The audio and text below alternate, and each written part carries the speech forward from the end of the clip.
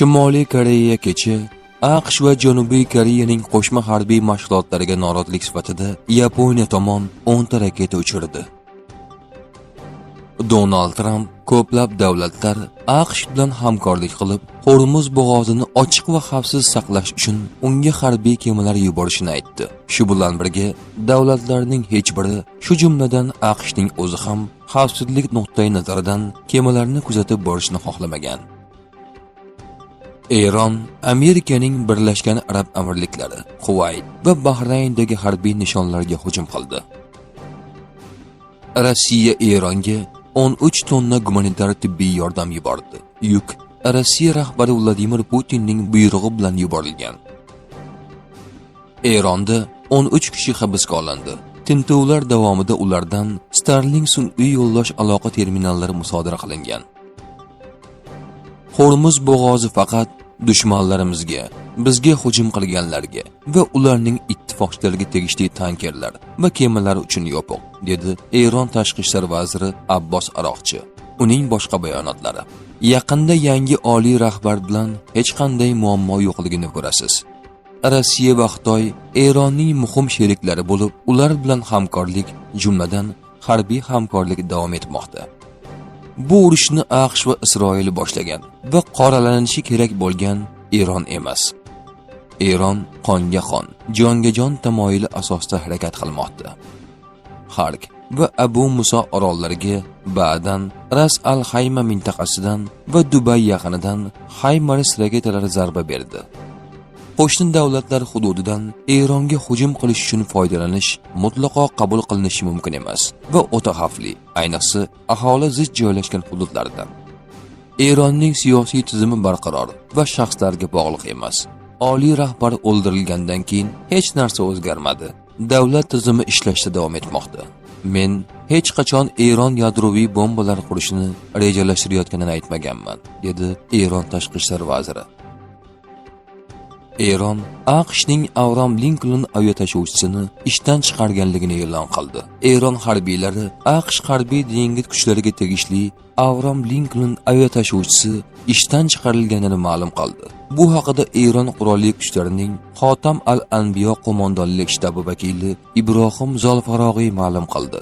Avram Lincoln aviatashuvchisi Eron Islom inqilobi qo'riqchilari korpusi harbiy dengiz kuchlari tomonidan hujumga uchradi va ishdan chiqarildi. U mintaqani tark etib AQShga qaytmoqda, deb ta'kidladi u.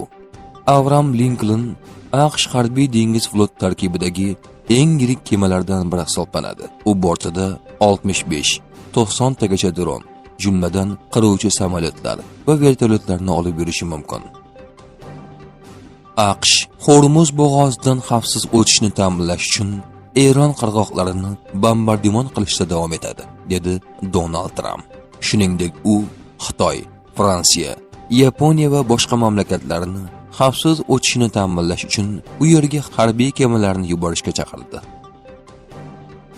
Men Trampning sevimli o'g'li bo'lmasdim, dedi Vladimir Zelenskiy. Trump bilan men bir xil yoshda emasmiz. Balki shuning uchun u bizning munosabatlarimizni ota va o'g'il munosabatlari deb biladi, dedi Ukraina rahbari.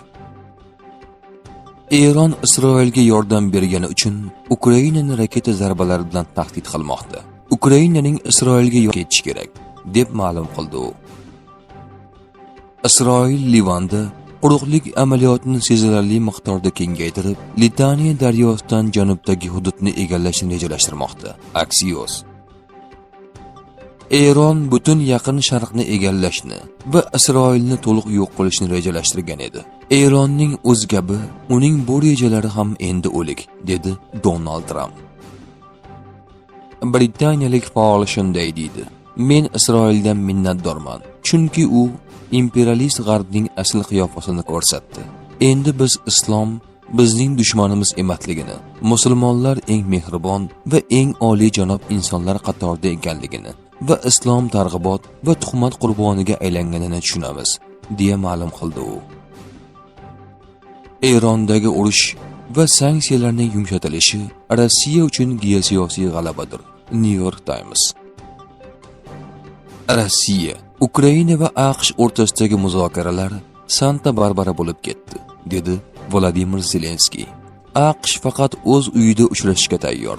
Hozirda ularga Erondagi amaliyot tufayli sayohat qilish taqiqlangan.